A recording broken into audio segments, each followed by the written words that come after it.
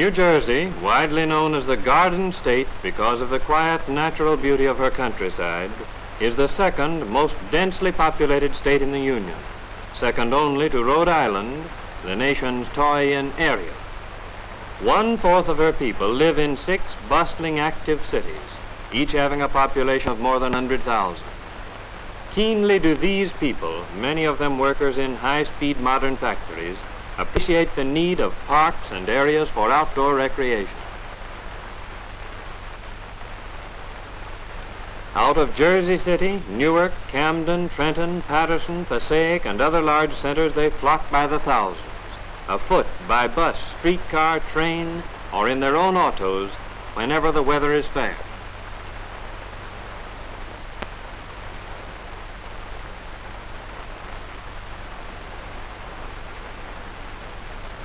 New Jersey shares with New York pride in the Palisades Interstate Park across the Hudson from uptown Manhattan. Conservation Corps boys working here are quartered in comfortable barracks near Englewood, one of New York City's exclusive New Jersey suburbs.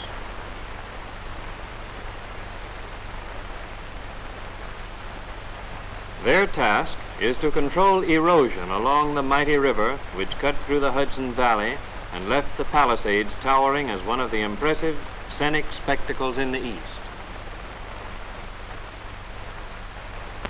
Camps thronged by pleasure seekers who reach them in canoes and powerboats are constantly threatened by the buffeting of the stream.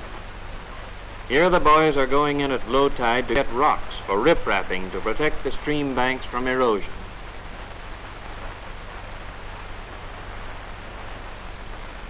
There's quite a tide rise, and it's a man-sized job to get the rocks far enough up the bank. Occasionally in areas of this sort, serious accidents are caused by rock falls and landslides.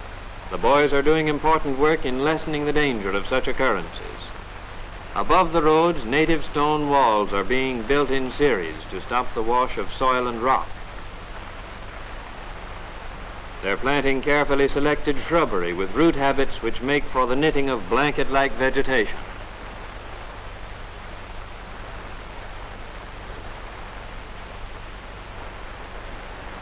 Those who have seen the Palisades, particularly from the New York side, have been impressed with the sheerness of their face. These are Conservation Corps enrollees scrambling here and not Rocky Mountain sheep.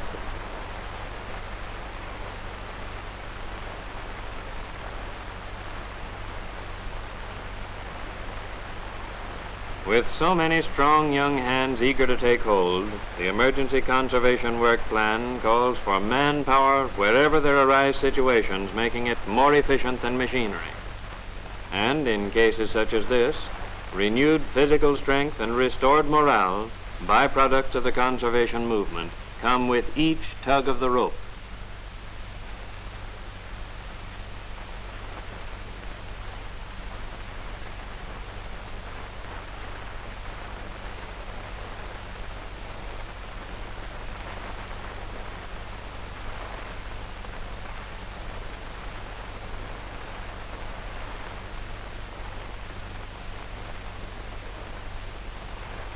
High Point State Park, 2,000 feet up in the Kittatinny Mountains, is the wildest park in the state.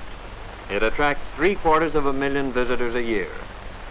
A major improvement here, made possible through the conservation program, will be a large recreational lake on the acreage these boys are clearing. Fresh, pure water from numerous mountain streams will feed it. Their natural beauty is being enhanced and not destroyed by the necessary cleaning and deepening of their channels. Throughout the reservation, there are many of these interesting old stone walls covered with moss and vines. This one is being restored.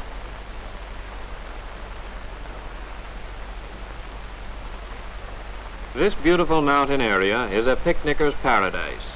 There are plenty of rustic tables and chairs, outdoor cooking ovens, piped water outlets, and other recreational facilities. The reservation gets its name, High Point, from the fact that it's the highest point in the state. New trails and roads to make every beauty spot easily accessible are being constructed as an important feature of the improvement project.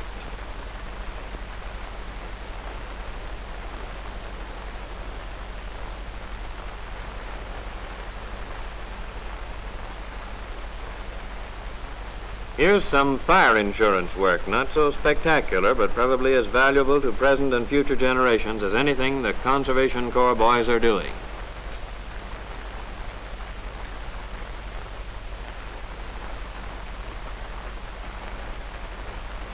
Dead branches, whether they be on the trees or on the ground, constitute both a fire and plant disease hazard.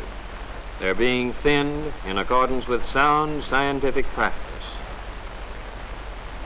The enrollees have a particular aptitude for tree surgery. They're probably intrigued by the adventure of scrambling about in the treetops.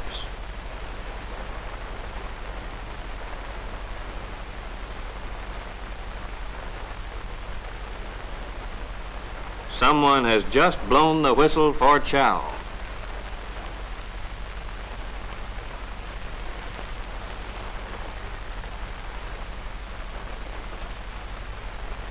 In the Union County Park system over near Springfield, the Conservation Corps is working on Watchung Reservation. Lake Surprise is one of its outstanding features.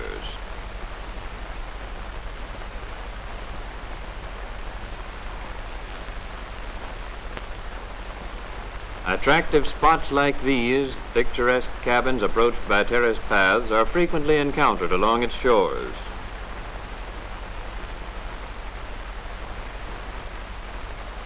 The park is close in and much used by canoeing and boating enthusiasts. Much of the work being done here will ensure greater safety for those who use the park facilities.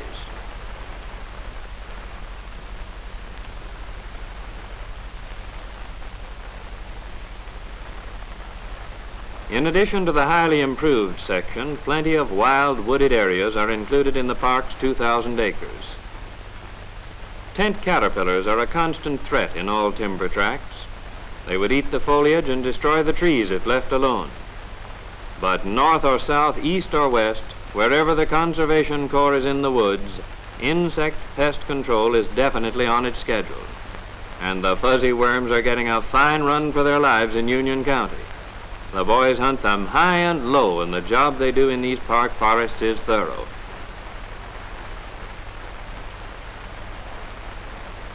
Possibly you've killed tent caterpillars by burning them with oil-soaked rags on the end of a long pole. In forests, it's safer to feed them to bonfires on the ground.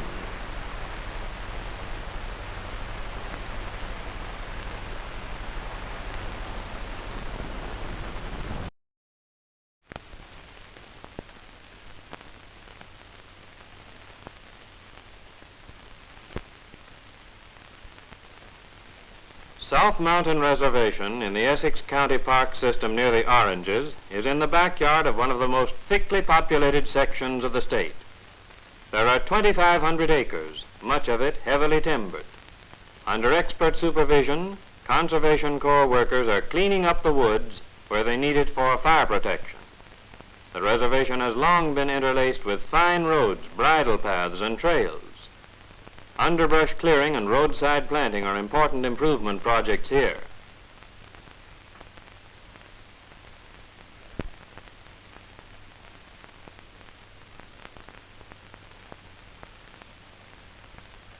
The Berlin area of the Camden County Park system, just across the Delaware River from Philadelphia, is another of New Jersey's splendid close-in recreational spots. It draws thousands of visitors from 2 states to see its refined beauty. Rustic bridges across streams, lagoons, and lakes in which graceful waterfowl idle away their time in carefree contentment. And there's fishing amidst poetic surroundings, the kind of fishing we liked so well in the good old days. A crooked stick, a piece of string, a bent pin, and a wiggly worm. And it's the healing sport of solitude.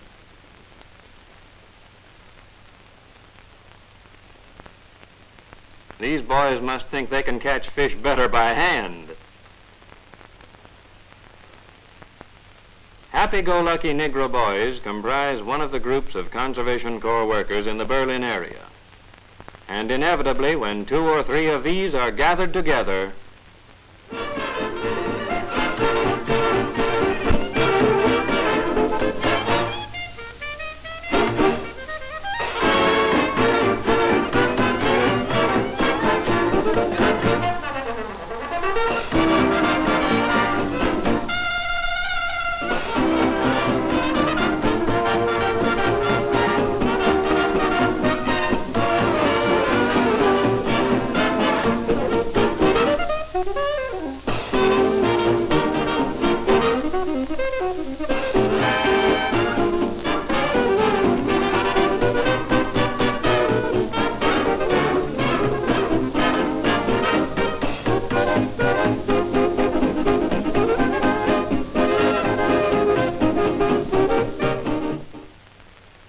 boys are housed in comfortable barracks in the immediate vicinity of the park and are able to constantly enjoy many of the scenic beauties which have been arranged for the visiting public.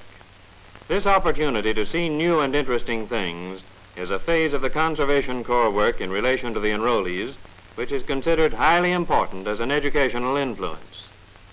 The formal recreational features in this Camden County Park are already well developed, and some of the work now being done has to do with the further improvement of these facilities.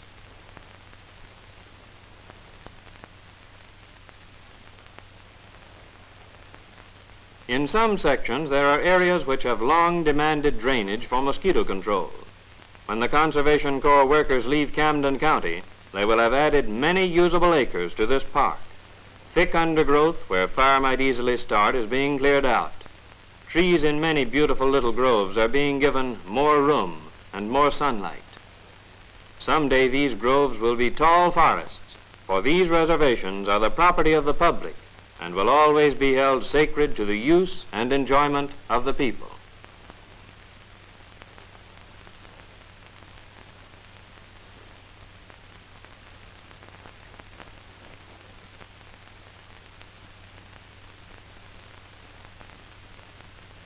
A good lake, abundantly used for recreational purposes, is the feature at Parvin State Park. Conservation Corps enrollees here, veterans of the World War, delight in fishing when their day's work is done. Muddy Run, much more beautiful than its name, helps supply the lake. The boys are cleaning it out and increasing its easy flow. It is in simple tasks like these that the application of national park standards is important in the nationwide conservation movement. There is careful supervision, no ruthless destruction of natural beauty, always saving for the present with definite thought for the future.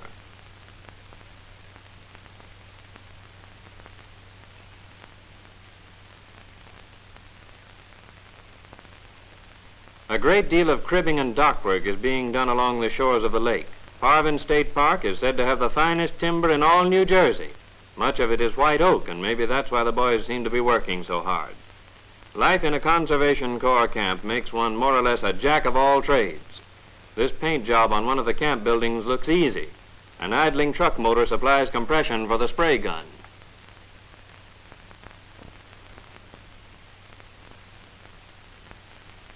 And who are these civilian Conservation Corps boys at work outdoors in the Garden State?